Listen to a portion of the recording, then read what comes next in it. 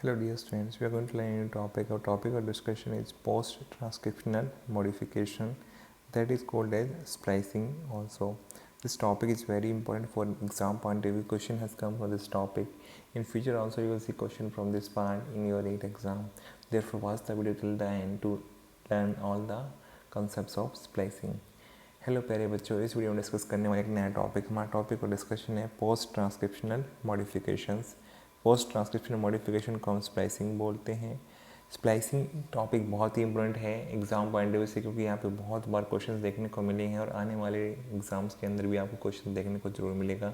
इसलिए वीडियो को आपको ध्यान से देखना है, एंड तक देखना है, किस तरह से क्वेश्चन पूछे जा सकते हैं, क्या क्या क्वेश्चन पूछे गए हैं, ये सब हम डिस्कस करने वाले हैं। इन्हीं सबको समझने के लिए आपको वीडियो को एंड तक जरूर देखना है।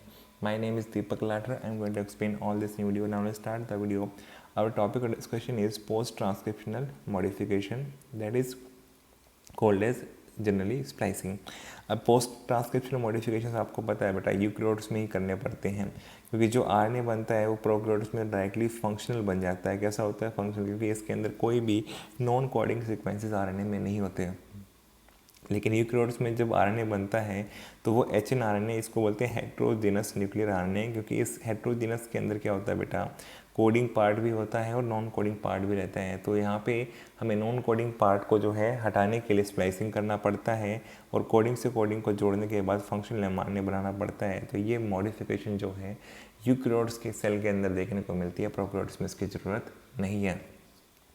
प्रोकैरियोट्स में तो क्या होता है कि डायरेक्टली फंक्शनल आरएनए बनता है और इसलिए ट्रांसलेशन करने के लिए चला जाता है, ये प्रोटीन बनाने के लिए स्टार्ट कर देता है।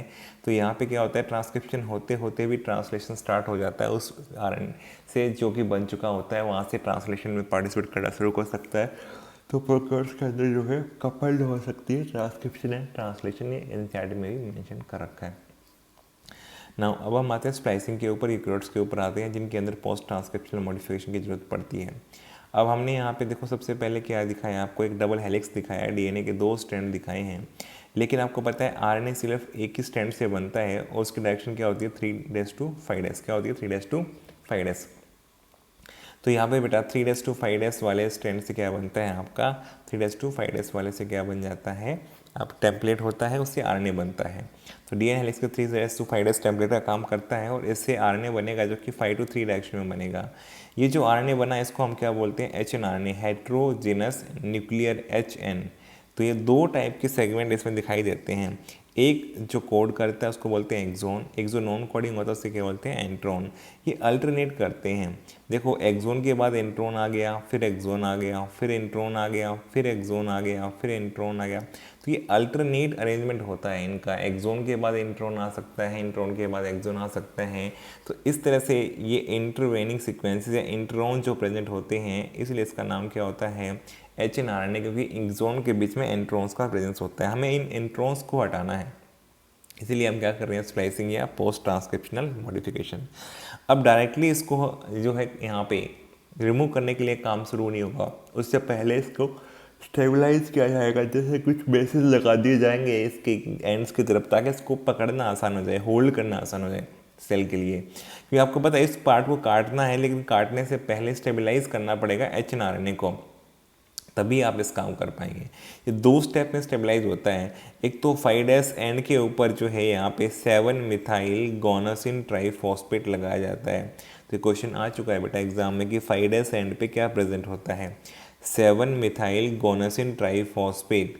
तो ये 7 मिथाइल गोनासिन ट्राइफॉस्फेट की कैप इसको बोलते हैं। तो कैप लगाई जाती है, कैपिंग, इसे क्या बोलते हैं capping. This is called as capping, इसे हम क्या बोलते हैं कैपिंग, ये कैप बोली जाती है बेटा।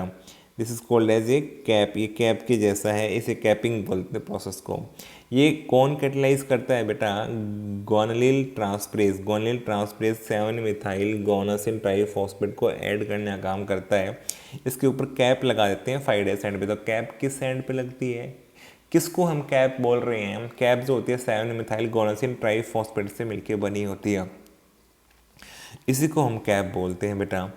अब जैसे ही ये गोनिल ट्रांसफरेंस को ट्रांसफर करेगा तो ये कैप अटैच होकर 5' एंड पे दिखाई देगी। अब दूसरे एंड को स्टेबलाइज करना है, उसके लिए हमें क्या करना पड़ता है बेटा, पॉली एडिनाइलेशन या टेलिंग बोलते हैं इसको, टेल लगा दी है।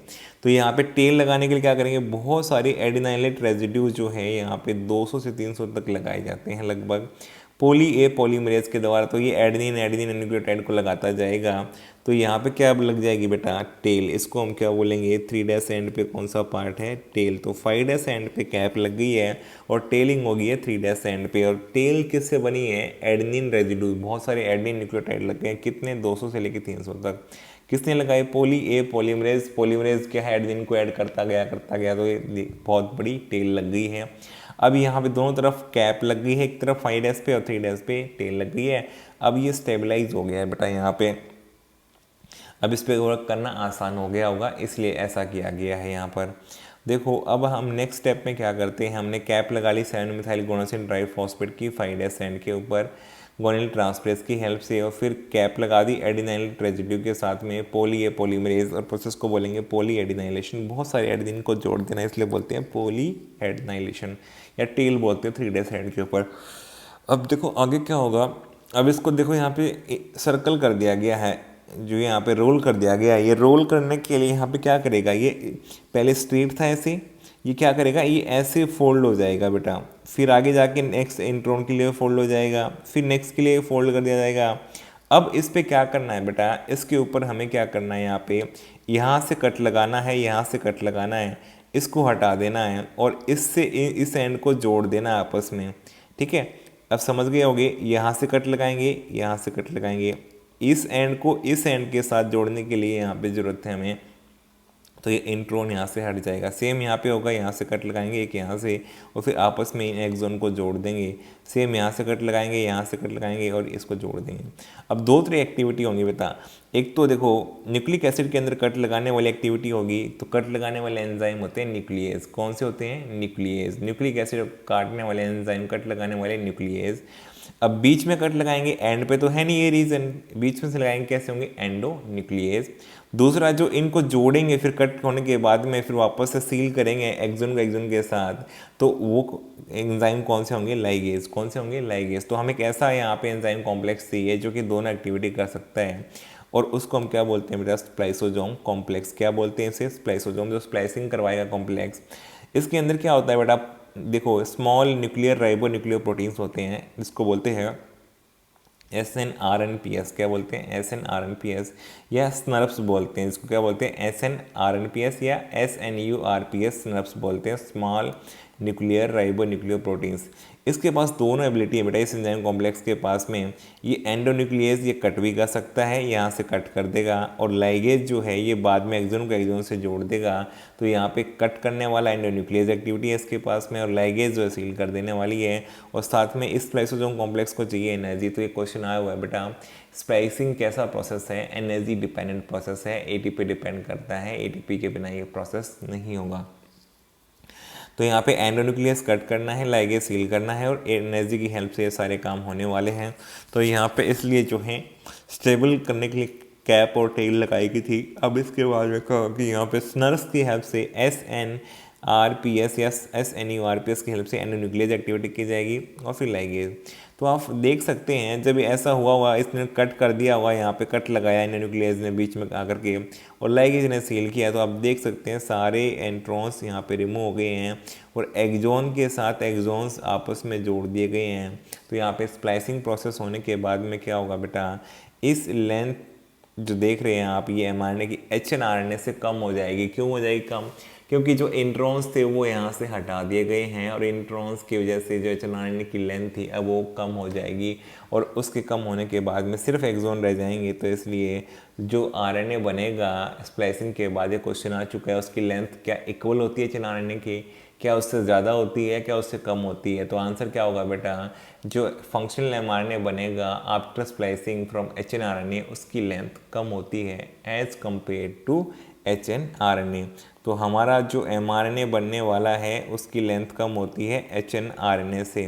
ठीक है, ये एग्जाम में क्वेश्चन आ चुका है, आपको याद रखना है, कम होती है। HNRNA की लेंथ ज़्यादा होती है, तो इसमें इंट्रॉन्स भी होते हैं। mRNA में सिर्फ एक्सोन होते हैं, इंट्रॉन हटा दिए गए हैं, इसलिए इसकी लेंथ जो है कम हो जाएगी। हम इसको कंसिडर नहीं कर रहे हैं, कैप और टेल को, इस पार्ट को हम कंपेरिजन में कंसिडर नहीं कर रहे हैं। कहीं आप इस पार्ट को लगाओगे तो फिर कहोगे कि आप जो फिर तो बराबर रहने चाहिए, तो ऐसा नहीं है। तो यहाँ पे इंट्रॉन्स की लेंथ बहुत ज़्यादा होती है, तो ये पार्ट इतना बड़ा रोल प्ले नहीं कर पाता है एज़ कम्पेयर टू जिसके इंटरनल सीक्वेंसेस होते हैं, उसके बेसिस पे हम कंपेयर कर रहे हैं।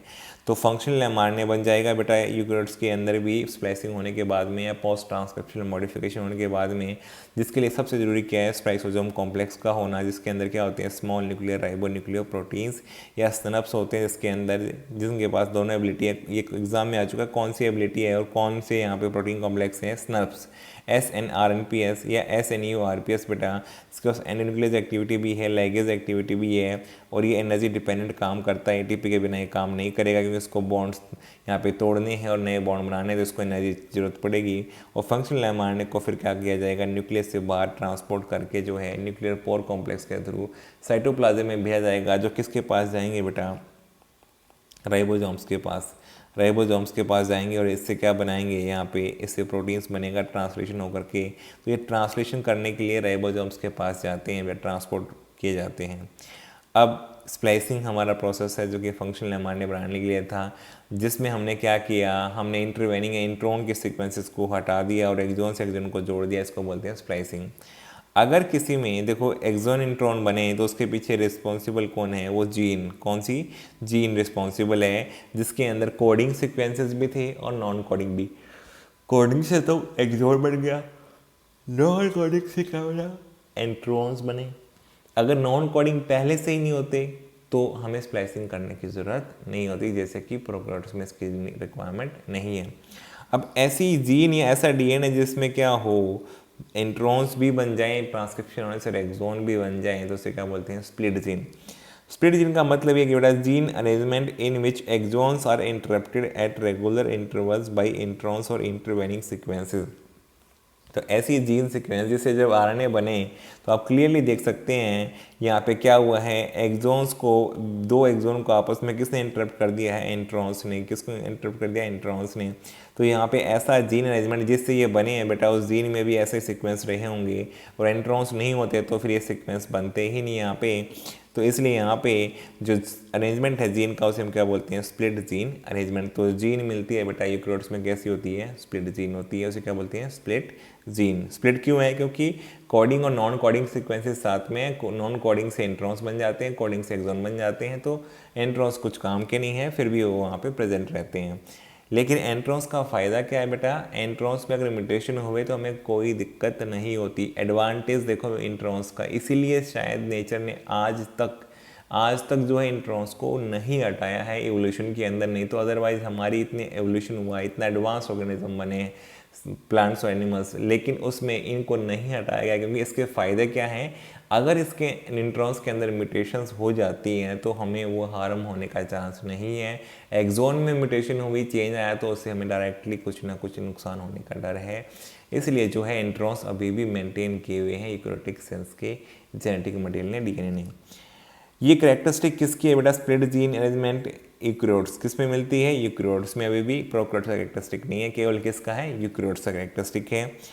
इसलिए हम इतने कॉम्प्लेक्स ऑर्गेनिज्म है, इतनी ज़्यादा कॉम्प्लेक्सिटी होते हुए भी हम ये सर्वाइव कर पाते हैं, सब चीज़ें कर पाते हैं easily. Split gene arrangement represent करता है प्रोबब्ली एन एंशिएंट फीचर, जो कि जीनोम का कैसा है, एंशिएंट फीचर है, जो अभी तक यूकेरियोट्स में मेंटेन है। प्रोकैरियोट्स ने तो इवोल्यूशन करते करते क्या कर दिया, उस फीचर को लॉस कर दिया, लेकिन हमने, हमारे जेनेटिक मटेरियल ने अभी भी इस फीचर को मेंटेन किया, इसलिए इसको क्या बोलते हैं, एंशिएंट फीचर ऑफ जीनोम या रेमिनिसेंट ऑफ एंटिक्यूटी। हमें ये पुराने जो हमारे कैरेक्टर्स थे उसकी जो है, उसकी रेमिनिसेंट है, एक तरीके से उसकी याद दिलाता है कि हमारे कैरेक्टर शायद कैसे रहे होंगे, किस तरह से एवोल्यूशन हुआ होगा। तो वो सारी चीज़ें हम यहाँ पे सोच सकते हैं कि एंशिएंट फीचर जो बोला गया है वो स्प्लिट जीन अरेंजमेंट को बोला गया है। क्योंकि आप देख सकते हो जो एमआरएनए बनता है प्रोकैरियोट्स में तो डायरेक्टली फंक्शनल एमआरएनए बन जाता है, उसे कोई अलग से स्प्लाइसिंग करने की, एनर्जी के द्वारा प्रोसेस करने की ज़रूरत या एंजाइम के द्वारा प्रोसेस करने की ज़रूरत नहीं पड़ती है।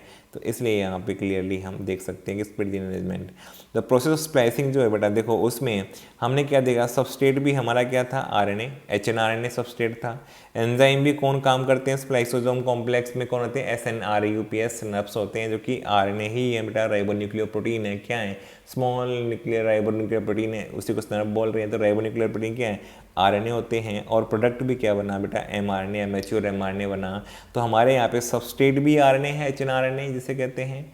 हमारा एंजाइम भी स्नप्स है जो कि आरएनए से बना है, और हमारा प्रोडक्ट भी मैच्योर एमआरएनए है, मैसेंजर आरएनए है, ये भी हमारा आरएनए है। तो ओवरऑल हम कह सकते हैं स्प्लाइसिंग में सारी ही चीज़ें आरएनए ही कर रहा है, सबस्ट्रेट भी है, एंजाइम का काम भी कर रहा है, और प्रोडक्ट भी बन गया।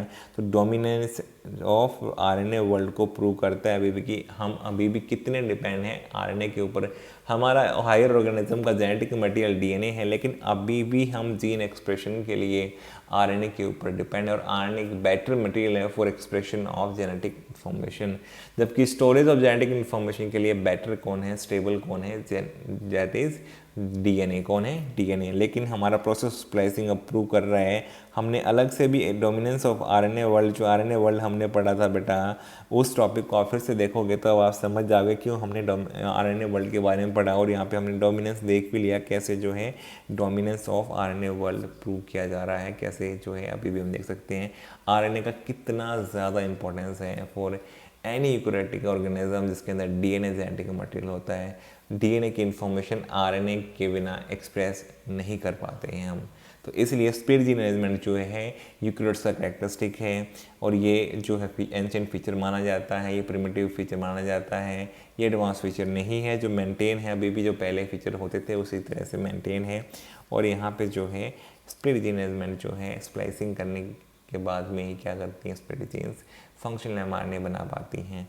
तो मुझे उम्मीद है कि एग्ज़ाम में जो क्वेश्चंस आए हैं वो सारी बातें भी आपको समझ में आ चुकी होंगी, जितनी हमने डिस्कस की हैं, जितनी इस यहाँ पे एग्ज़ाम्स से रिलेटेड बातें डिस्कस हुई हैं वो सब आपको समझ में आ चुकी होंगी।